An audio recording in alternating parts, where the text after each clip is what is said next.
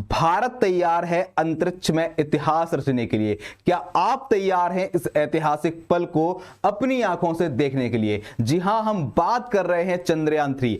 आज वो डेट है जब चंद्रयान 3 का लैंडर चंद्रमा की सतह पर लैंड करेगा। तो एक एक करके इस पूरे बारे में चर्चा करेंगे, और चर्चा करने से पहले चंद्रयान के इतिहास के बारे में थोड़ी सा जानने का प्रयास करेंगे। चंद्रयान के एक तीसरा मिशन था। इसके पहले चंद्रयान का पहला, चंद्रयान का दूसरा मिशन आ चुका है। कुछ समस्याएं भी हुई चंद्रयान 2 के मिशन में। उन सभी चीजों की बात करेंगे, उन सभी जानकारियों की बात करेंगे, एक एक टॉपिक को क्लियर करेंगे। समझते हैं सबसे पहले चंद्रयान 3 से पहले हम चंद्रयान 1 के बारे में जानने की कोशिश करेंगे। देखिएगा, चंद्रयान 1 की यदि हम बात करें तो इस साल था 2008 का, जब भारत स्पेस टेक्नोलॉजी में अपने कदम बढ़ा रहा था। सन 2008 में पहली बार 22 अक्टूबर 2008 को लॉन्च किया गया चंद्रयान 1 मिशन। ध्यान दीजिएगा, यहां पर एक लाइन लिखी है, Chandrayaan 1 was the first Indian lunar probe under the Chandrayaan programme. ये प्रोग्राम भारत को अंतरिक्ष की जो भी चीजें होती हैं उनमें अपना कदम बनाने के लिए एक पहला प्रयास था। ध्यान दीजिएगा, चंद्रयान 1 की इस लॉन्चिंग के बाद भारत के बहुत सारे रास्ते अंतरिक्ष से जुड़े हुए प्रोग्राम के लिए खुल गए थे। ध्यान दीजिएगा, इसकी जो रॉकेट थी, किस माध्यम से इसका लॉन्च किया गया, तो PSLV XLC-11 एक रॉकेट थी जिसके माध्यम से इसको लॉन्च किया गया। किस जगह से लॉन्च किया, तो ध्यान दीजिएगा, आंध्र प्रदेश के श्रीहरिकोटा में स्थित है सतीश धवन अंतरिक्ष केंद्र, या फिर आप बोल सकते हो सतीश धवन का सेकंड पैड। यहां से इसको लॉन्च किया गया था। कुछ दिनों के बाद ये मून की कक्षा में पहुंचा, यानी कि लूनार के ऑर्बिट में पहुंचा, और इसका ऑर्बिटल इंसर्शन हुआ 8 नवंबर सन 2008 को। ध्यान दीजिएगा, भारत चौथा देश बन गया। किस चीज के लिए?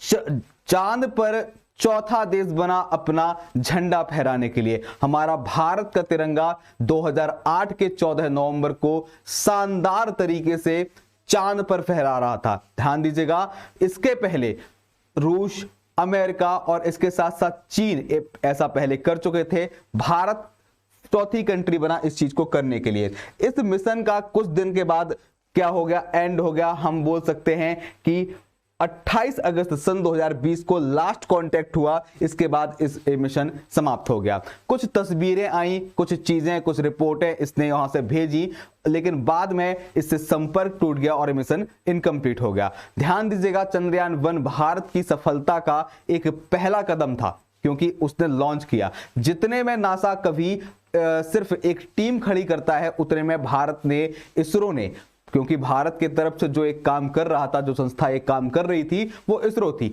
इसरो ने जब एक काम किया तो इतने कम बजट में कर दिया जितने में नासा की उनकी टीम भी तैयार नहीं हो पा रही थी।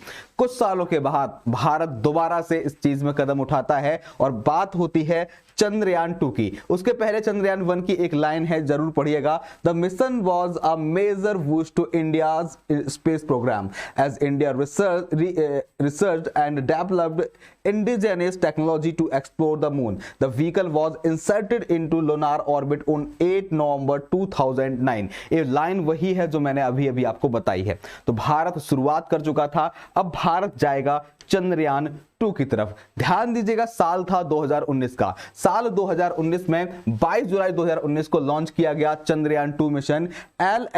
LVM-3 मार्क 1 के माध्यम से लॉन्च साइट सतीश धवन का सेकंड पैड ही था। कुछ दिनों के बाद अपना काम चालू कर दिया किसने? लैंडर और रोवर ने। रोवर के माध्यम से क्या हुआ? ऑर्बिटल इंसर्शन हुआ। कब हुआ? 20 अगस्त सन 2019 को। लेकिन चंद्रयान 2 से जुड़ी हुई कुछ हमारी बेकार यादें हैं, या फिर हम बोल सकते हैं कि थोड़ी सी दुखी करने वाली यादें हैं। ये तस्वीर देख रहे हैं, ये इसरो के पूर्व चेयरमैन के सिवान जी हैं, जो मोदी जी से गले मिल रहे हैं, क्योंकि ध्यान दीजिएगा, ये मिशन कुछ दिन के बाद फेल हो गया था। फेल का मतलब मेरा कहने का अर्थ सिर्फ इतना है कि लैंड तो हो गया था, लेकिन उसका संपर्क बहुत जल्दी टूट गया। चंद्रयान मिशन 1 तो फिर भी 1 साल तक लगभग काम करता रहा, लेकिन चंद्रयान 2 का मिशन संपर्क जैसे ही टूटा तो वहां पर वो फेल हो गया था। ध्यान दीजिएगा, लेकिन भारत वो चीज है जो कभी हार नहीं मानती है। ठीक है, ये तस्वीर भले ही आप देख रहे हैं चंद्रयान 2 की, when ISRO missed moon by just a mile, कुछ टाइम पहले, कुछ माइल पहले, कुछ किलोमीटर्स पहले उसने अपना कांटेक्ट खो दिया और बाद में हमें पता नहीं चला कि उसका लैंडर कहां गया। ये तस्वीर कहीं ना कहीं याद दिलाती है कि भारत ने बहुत मेहनत की थी चंद्रयान 2 को, बहुत लोग उत्साहित थे इसकी सफलता को देखने के लिए,